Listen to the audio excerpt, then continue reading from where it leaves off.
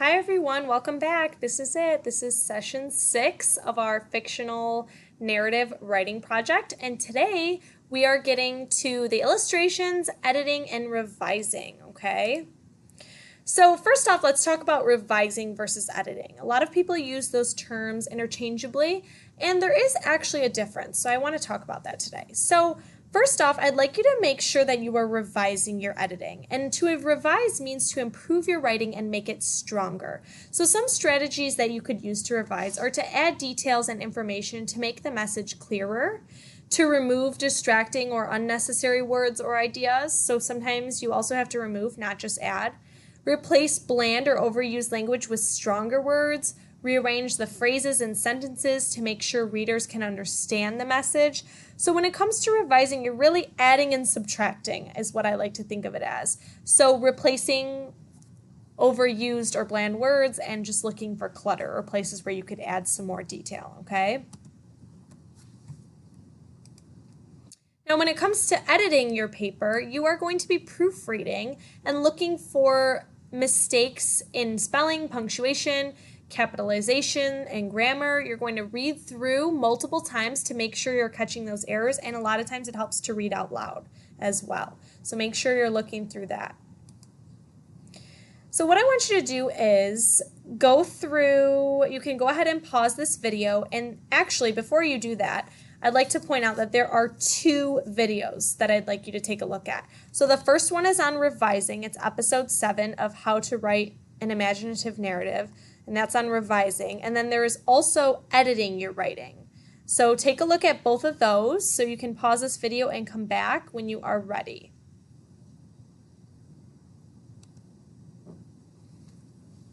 All right, so now that you're back, we are also going to be talking about illustrations for today. So this is a super fun and exciting part that everybody likes. It's time to add illustrations and bring our stories to life.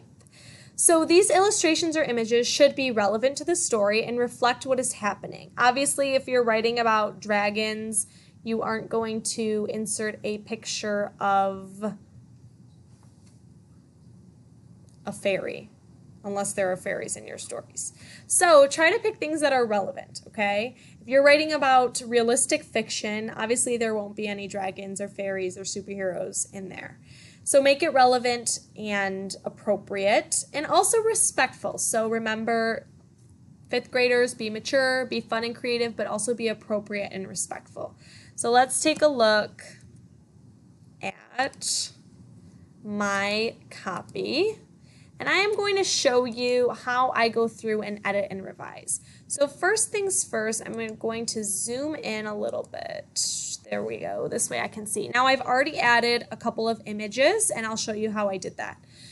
So who would have thought that I'm going to read through and make sure that I have capitalized and spell checked, checked for grammar.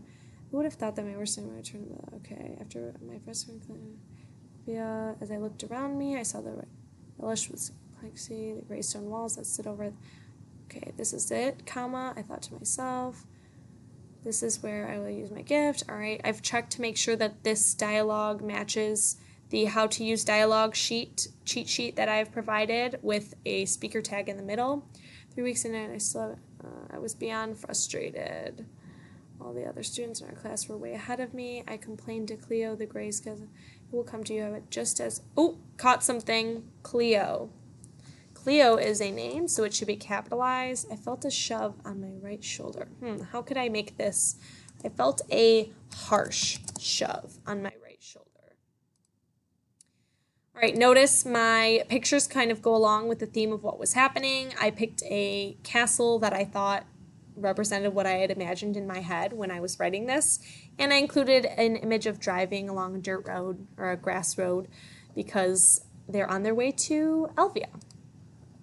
Now we have only had, and Selena already made herself known as she had the power to control minds. Selena had said her pranks were relentless. On the first day of potion making, she poured a potion over my head and turned my hair into snakes. It took Mrs. 2 whole hours to reverse the spell. What can I add here? How did I feel about this? The process was excruciating. Okay, took forever. Oops, and I noticed I spelt something wrong. Soon after came the annual ball. Soon after came the dress to impress. The students gathered in the cobblestone, surrounded by strands of twig above us and a gentle breeze. As I approached the punch bowl, I saw Cleo talking with our classmate Harlow. These diamond earrings, did you get them? Thank you so much. Yes, actually, my grandmother gave them to me as a gift. After came the annual ball, just okay. Strands of twinkle lights twinkled above us, and a gentle breeze kept us okay. So I've noticed a few things that I needed to change. So this is what I do. I just read through it. I might go back a couple of times and make sure that everything makes sense, especially reading it out loud. And I'm going to check and see if there is an image that I can add in here. Let's see. Well, I do know that there was one thing I wanted to change. The drive to Avalon was so long. Okay, that's super bland. How can I make that more interesting? What phrase could I put in there? The drive to Avalon, instead of was so long, I'm going to say felt like an eternity. That gives it a little bit more drama. It's more exciting to read that than was so long. All right, so now I'm going to go back and insert an image on my second slide for my build-up. So I talked about potion making 101. So what I'm going to do is I'm going to insert an image, and I'm going to search from the web, and I'm going to say potions. Interesting. I like this image, so I'm going to click on that one and insert that. A bit big, so I have to resize it. And I think I'm also going to rotate it a bit because I just want to add a little bit of creativity so not everything is straight up and down. Now, she also talks about going to the ball, so maybe I'll insert another image of a ball gown. Let's see what comes up.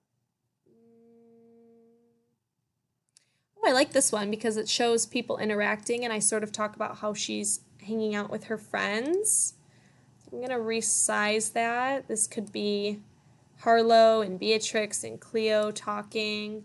And I think I'm actually going to crop that a little bit too. So what I'm going to do is click on the picture, press crop, and I think I'm going to just size this down a little bit because I don't need all of this background. And then I just click on the side, drag it, and I'm going to rotate it a little bit. Is there anything else I wanted to include?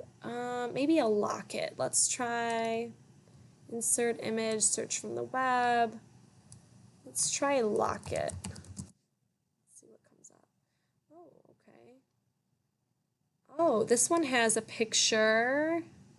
So does this one. This one has a picture of a grandma and grandpa. This one, well, I don't know that it's a grandma and grandpa, but it's a man and woman.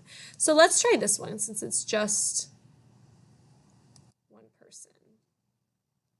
All right, I'm going to size this down. And I'm also going to crop this one because I don't need all of this black background. So I'm going to crop that down, make it smaller. And I'm going to extend. All right, now if I want to put one picture behind another, what I can do is right-click it and go to Order, Send Backward, and see how it put this picture behind this one. All right, so now I'm happy with that. So I'm just going to do that for the rest of my pages. I'm going to go through, make sure that I have edited and checked for spelling, grammar, punctuation errors, that I've revised as well to see if there are any phrases that I could replace or remove or add to. And I'm going to finish adding in my illustrations. So that is your goal for today. Make sure that everything is as you would like it to be. And then I would like you to, I'm actually going to post this, I would like you to take a look at the writing rubric and go through and give yourself a little score. So what I'm going to do is I effectively use my Story Mountain to plan it. Well, I know that I did use my Story Mountain. So what I'm going to do is insert a shape, and I'm going to give myself a 5 for that. My filling, I want it to be transparent, and I think I'm going to make the circle red. This way I can show what my score is going to be. All right, so I want you to go through, once you have edited, revised, and gone through and added in all of your illustrations, You're going to need to take a look at this narrative rubric, the one that we will be using to score you, and you will fill out using a shape or somehow signifying, maybe you can highlight which score you are giving yourself to show that you have gone through and checked everything. I will also post this, a self-review, and it asks you a question and you can check them off. This I will not necessarily be grading. I would look more closely at this one to make sure, because this is what we will be grading off of as well. This is just an extra resource for you to double check your work. So I will post both of those as well. So that is your task for today, editing, revising, and illustrations. If you have any questions, let us know.